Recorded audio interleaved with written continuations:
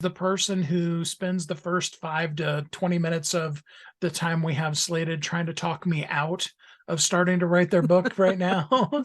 Um, those actually end up being some of the most amazing books that come out because Look into his eyes.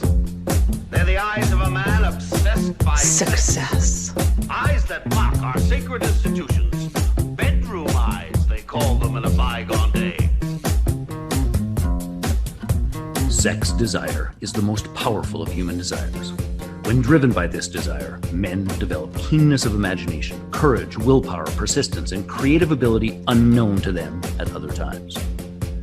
So strong and impelling is the desire for sexual contact that men freely run the risk of life and reputation to indulge in. When harnessed and redirected along other lines, this motivating force maintains all of its attributes of keenness of imagination, courage, etc., which may be used as powerful creative forces in literature, art, or in any other profession or calling, including, of course, the accumulation of riches. Napoleon Hill.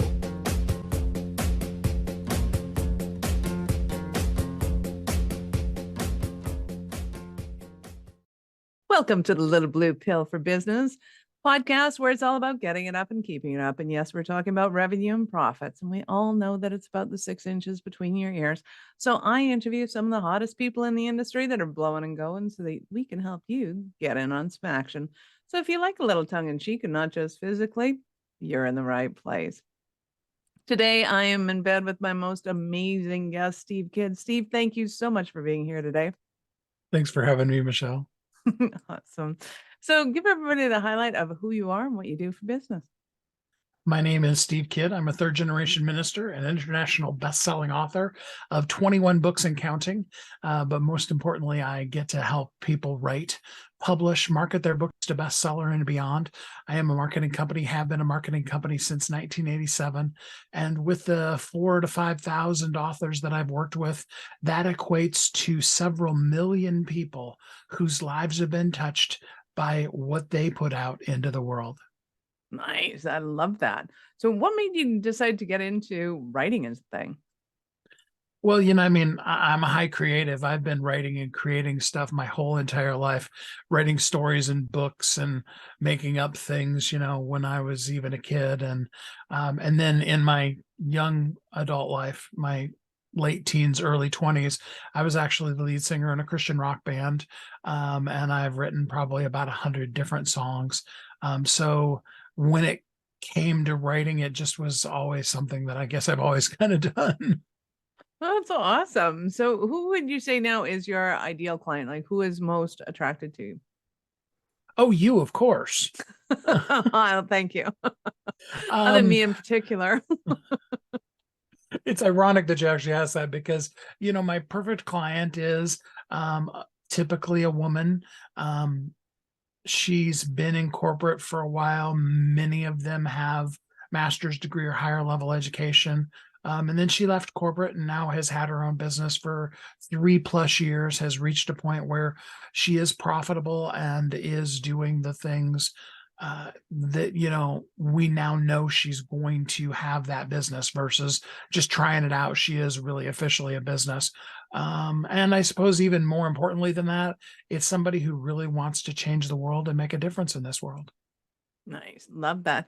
So when you're working with people, are you typically doing something that promotes their business, something that's a kind of love child that they just have to get out?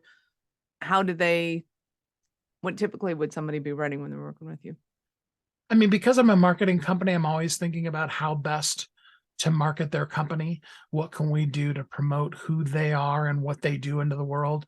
With maybe even more so than that, the emphasis being, what can you do to make the world a better place? Who's the person that you can help with the thing that you do in this world? Mm-hmm. Nice. So talk to me a little bit about the process that you take people through and how that all goes down. Do they need to have an idea of what they're going to write about? Do they have to know what their business is about? How does that work? No, in fact, actually, my preference is the person who spends the first 5 to 20 minutes of the time we have slated trying to talk me out of starting to write their book right now.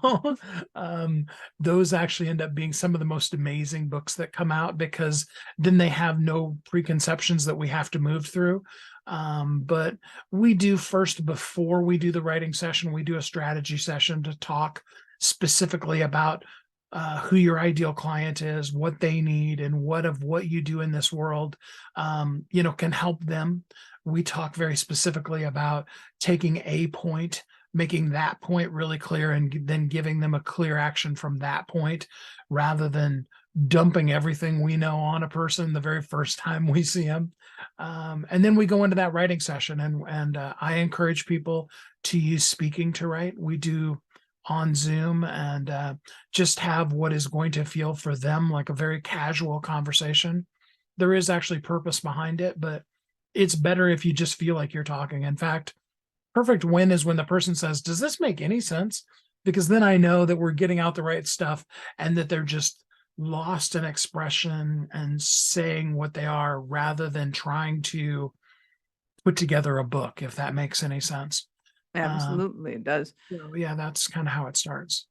Nice. So when somebody's going through this process, are you looking for kind of the essence of them? Is there kind of I know a lot of people have kind of, oh, the book has to hit these 5 points kind of thing before it's going to be quote unquote successful. And then some of them are just looking to go, hey, this is what I want to get out in the world. And how much is too much of me kind of thing. So is it one or the other, or both, or you can take any question you want out of that? Yeah. I mean, it's really designed to be, and that's why we want to define that ideal client first, is so what is the next step that they need, and what information do they need to be empowered to make just that one step.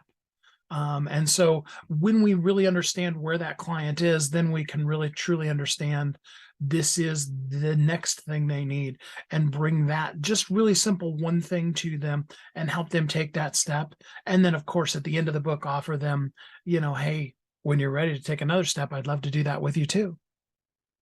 Nice. Because you yourself have taken a few steps in the whole literary field. And talk to me about your journey and how that all kind of took place. So the first book that I helped publish, actually, my then wife and my second youngest daughter were huge fans of the movie Twilight. And we lived near where the filming of the first movie was done. Pretty much all of it was within an hour drive of Portland, Oregon. And they wanted to go see the filming sites. They were huge fans. They went on a mother-daughter trip for my daughter's 18th birthday, and took some notes and did some blogging about it. And I helped them turn all of that into the book. And when we talk about self-published, that one was the literal definition of self-published. I had a professional printing thing that I was doing for other stuff, and I was literally printing it there at the house and selling it 5 or 10 at a time to local merchants that were, ironically Twilight merchants, right? People that had been featured or been part of the store. And then I learned the process of, self-publishing on Amazon and stuff like that. So that's where that part of the journey went. For my first book, I was, as many of us do, I was writing the, give me your email address and I'll give you this, cool thing that I've come up with for you. And I sat down to start writing that, and pretty much stayed up all night, and then got into it longer and longer. 110 pages later, I no longer had a free opt-in. I had written an entire book. And then my oldest mentor, Dr. Donald Joy, was wonderful to both write the foreword for it, as well as go through and tell me some of the places that I was a little crazy and a little off base and it didn't make sense. And we put that book together, and actually following my own advice, because that was a 10 things book. That was a dump everything I know on you kind of book. I went back and republished that book as actually a 10 book series. So it's actually 10 books now. Wow. Congratulations. That's fantastic. Nice. So are you going to let us in on your other little secrets, or are you going to hold back on those? Oh, well, other books that I've written, before I tell you the one that I know you're just dying for me to tell the world, I actually wrote a book that's called Romeo, the Suicidal Parakeet. It is done. Oh yeah, it's a blast. I love it so much. It's done kind of comic strip style. So each of the pages has somewhere between 4 and 6 cells. If you've ever looked at a comic strip in like the newspaper or things like that. It's actually literally based on a real life story. We had this crazy parakeet that would drop himself off of his perch onto his head, and he'd be laying on the bottom of the cage, and it just and my mind for years was like, what was going through that crazy bird's head?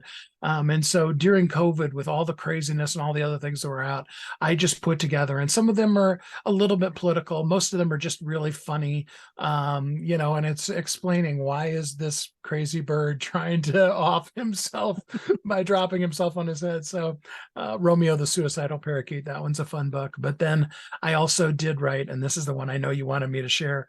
I've actually written 4 adult erotic fiction novels.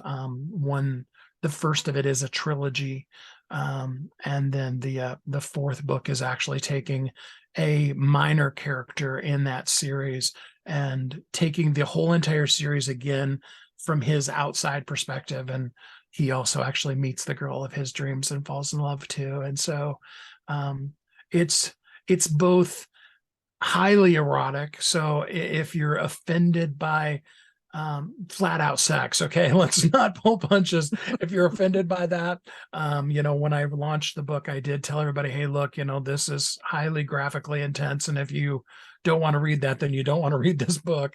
But it is also a really incredible journey that the story ended up going on of not only both of them coming together, but the female that is the lead in that book really finding the strength and empowerment. And then the 4th book is really just kind of a testimony to just how awesomely cool love could be, even if maybe none of us have ever totally experienced that, what we all really, really want. Nice. I love it. So in the business world, you've done business, so nonfiction. You've done what I'm going to call it. So Romeo the Suicidal Parakeet, is that like a kid's book just because it's comic, or is it actually kind of addressed to adults in a comic sort of way? I have had children read it. It is really kind of more adults because, it kind of goes a little bit over the kid's head as far as some of the concepts. Oh, so did Shrek, but I think that was intended. It's at the very least a book that, if you're reading it to your kids as a parent, you would probably be laughing more than the child would. That's awesome. And then erotica. So one, how did you position your business or your persona to include an audience that would fulfill, or that would be and what am I trying to say? I would think that it would be difficult to have 3 different audiences and be able to embark on those 3 audiences from a marketing point of view. 1, how did you do that? And 2, did you? And 3, is that part of your business persona, or do they have 3 different business personas?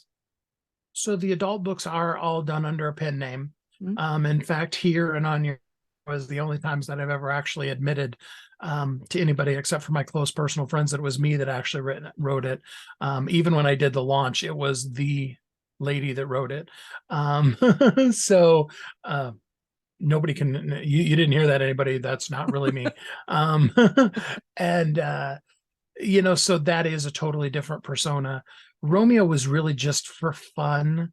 I haven't really put a whole lot of marketing behind it other than we did launch it. It is a bestseller, and we did some things there early on, but it was just fun. It was just roaming through my head, and I had to get it out of there. And I was testing out a new graphic artist. And so I was like, here's a really good challenge for them. Can they capture this bird and what I'm saying in these little quips and make fun drawings? So it was a good way of testing them out. That's how it worked for my business. And then the rest of them, they do all very much play into what I'm doing, as well as additionally, all 21 books serve to be proof of concept of what I'm doing. The 21st book actually is a Christian book. It's called Playing Hit It and Quit It with Jesus. And it's, it's a men's guide too. So it's a little bit of a left turn at Albuquerque for just the traditional business books that I do, but another thing that was just on my heart that I had to share. That is fun. Well, and I'm also seeing this as a trend to what I call the Renaissance people are coming out. There's a lot of people that have like a really high tech background that are going completely woo woo into crystal healing and stuff. And then, your background into erotica, which may seem normal to you. It seems a little left field to me. So going back to the Christian book doesn't seem very left field at all. Actually, it seems kind of what I would have expected. But I see a lot of people that are having to express kind of all quadrants of their personality. Let's put it that way. And in the digital world, it doesn't really match because people have a really hard time going, oh yeah, but you're this. So how do I fit you into the blocks of what you can do? So have you noticed a difference between kind of the online world and the offline world as far as your success in the book writing goes? For me, Mhm. what this last book has done, and again, the 4-book series is kind of, it was just me expressing, it's kind of a side burner all of its own. But for me, this last book was really, I have spent the better part of the last year really struggling with bringing all of me to the table rather than just, here's a guy that can help you do a book, and how does all of that, and how does the empath that I am and the visionary that I am, how does that really come together? And so it was a beginning foray into something bigger that, really honestly, I'm still, and even the people that are helping me with it are still really kind of define, how do we, now that Steve has broken out of the box, which is a good thing, how do we still be able to express that in a way that doesn't just sound like, some crazy person? Right? I think we all have to be able to kind of hone in the messaging of our crazy, but I think it's really important to release the crazy, because if we don't release the crazy, I think it festers rather than percolates. There's and and I tease you about that. It was just a thing I had to express. It was like, yeah, sexuality is kind of, almost 100% of our personalities, whether we like it or not. And we have this, water is a part of our essence, expression is part of our essence. It all becomes a part of our expression, our essence. And how do we kind of give time and effort to all of these different aspects at once? Because whether it's in business or personal, I don't think you can get it up and keep it up unless you're following those passions and giving space to them. Yeah. Well, and part of it boils down to, and I do this with all of my people, whether we're doing a strategy session or we're writing a book or whatever, when we try to, and all of us do this, we try to hold back something that's coming in. And so what that does is it blocks all of our creativity. What I do with people, whether they're doing a brainstorming session and they're writing stuff out, or we're doing a book writing session and they're talking about, is if in the middle of it, you have the thought, oh my gosh, I forgot to take the laundry from the washer into the dryer. Just say it. Just put it out there and keep going, because when you try to stop yourself from saying that thing, it stops everything that's behind it too. And so that is definitely a piece of, what do you do when it's 11 o'clock at night and you have things that you want to express? You either express them or they just kind of stay stagnant inside of you. Yeah. Well, I love that too, in that I have yet to meet somebody that is completely creative between 9 to 5, Monday and Friday. Right. No, I can't be thinking those thoughts right now. I have to wait until I have to turn that off because it's not time. Exactly. Doesn't usually work that way. Which is, and also a reason why I love smartphones, because you can be on a walk with the dog and still hit record without having to answer the phone. Oh, but yeah. you got this multi-purpose thing going on there. Oh, yeah. Awesome. I actually talked to a friend, the only billionaire that I've actually had a personal friendship with, and we lost him about a year ago. But I was expressing to him, because I was single, living at a house. This is really kind of weird, but I was 53 years old, and it was the first time ever in my entire life I had lived completely alone. I mean, I had my dog, but She sleeps 20 hours a day, so that's not a whole lot. And I said to him, I said, I'm feeling guilty because it'll be 2, 3 o'clock in the morning and I find myself laying down and taking a nap. And then it'll be 2 or 3 o'clock in the morning and I'm in the middle of doing all this work. And he said, well, just stop feeling guilty. And I was like, well, that's easier said than done. He goes, oh, no, think about it. He goes, we're not having a conversation about how you're not working. We're just simply talking about the fact that when you have work to do, you're doing it. And when you're tired, you're learning to be able to honor yourself enough to be able to sleep in those times too, rather than because it's like you said, 9 to 5, you have to be on during all of those times. And if you're not, somehow that makes you a bad person. Right. That is so not true. I'm a huge advocate of, do whatever works whenever it works. I have found in the past that my roommates, housemates, whatever, don't particularly like it when I get a vacuuming fetish at about 3 a.m. But other than that one, I can usually get away with sneaking out and writing stuff or drawing or whatever kind of pops up and just has to take place. And sometimes it's like, hey, are you awake? Gotta do what you gotta do. It's a part of the game. Yeah. So when you're working with your clients, is there have you noticed kind of any personality traits that they all tend to have in common, or something fun about some in particular?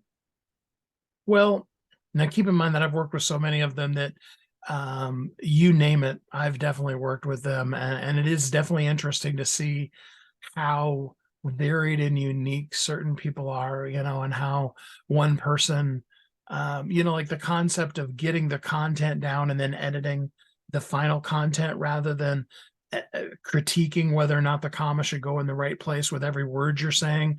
There are some people that really struggle with me pushing them out of that box that they've lived in.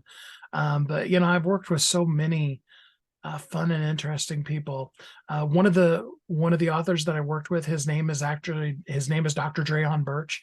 He goes by Dr. Dre. He's been on TV shows like The Doctors and stuff like that.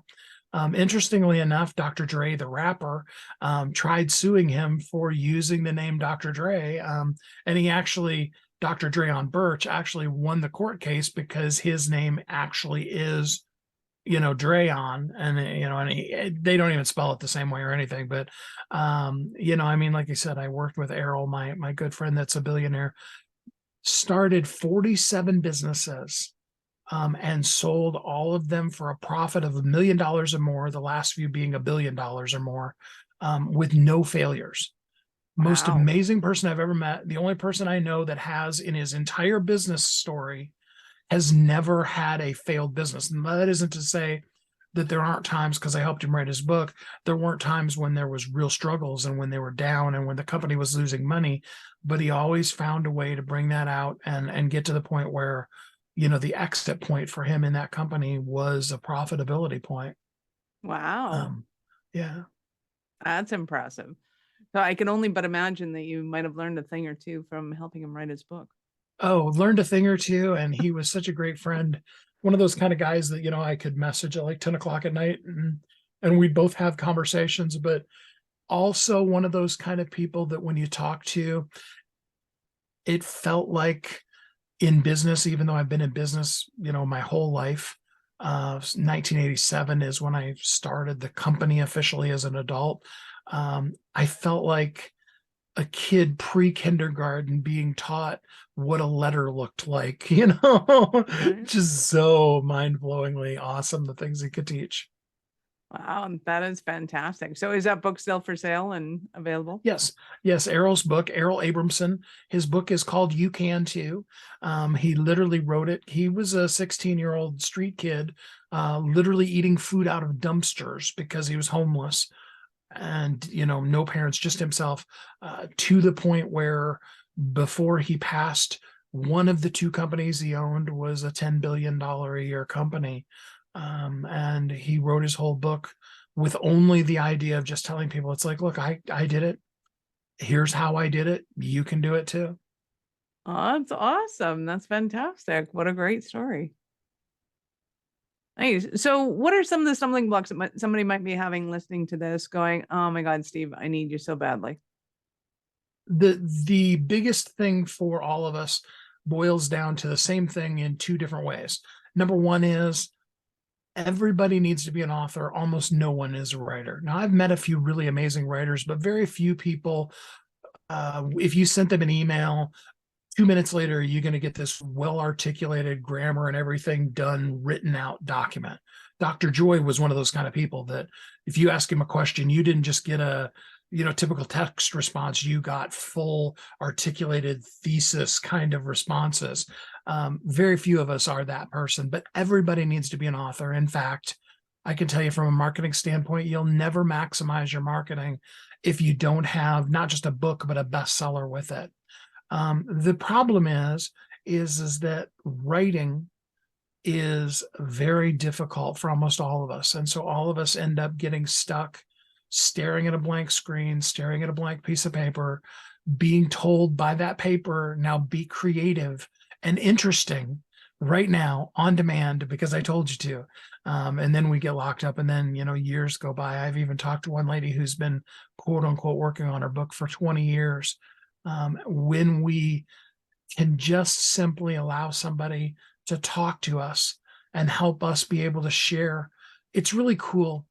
I worked with an author who just in day-to-day conversation like you and I are having right now, they're not the most articulate person. They struggle just with the concept of speaking. They have speech impediments. However, when they got on a roll on that thing they were excited about, I mean, you would have thought they were the most articulate person in the world. They just could go on and on and on about it.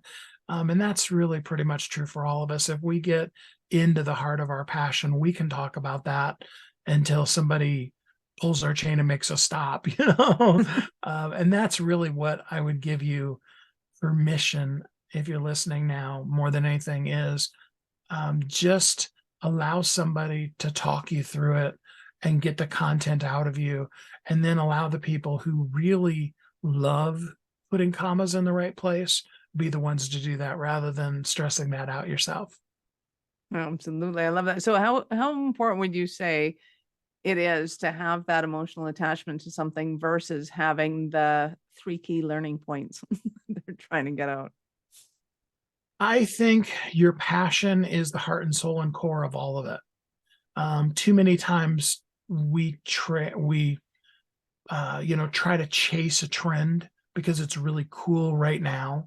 And we come up with this amazing 3-point. I'm not trying to denigrate at all the 3 points that the person came up with, but it's really effective now. But 2 years, 2 weeks, whatever from now, it just isn't really selling that well. And usually that has to do with because we created a program for a something rather than having who we are be brought out into the world and create the program from the heart and soul of who we are. Love it. Love it. Love it. So I know our listeners are going to want more from you. How did they start their journey with you? So the easiest way, let's give them a free gift. Yay. We like free gifts. Everybody loves free stuff, right? So if you go to ongoingwealthguide.com, that's ongoingwealthguide.com.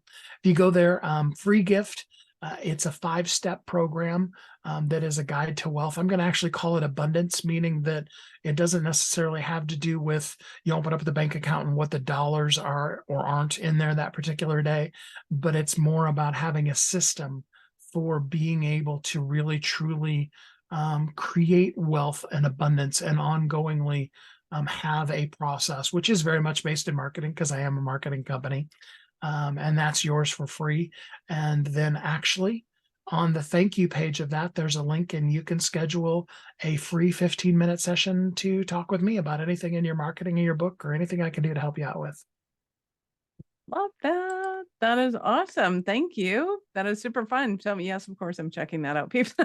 But we'll have those links for you in the show notes. So feel free to go ahead and scroll down and click on those links so that you have them. And of course, they'll be in your browser history. If you don't have time to take care of it now, do it when you have time to go and look at those.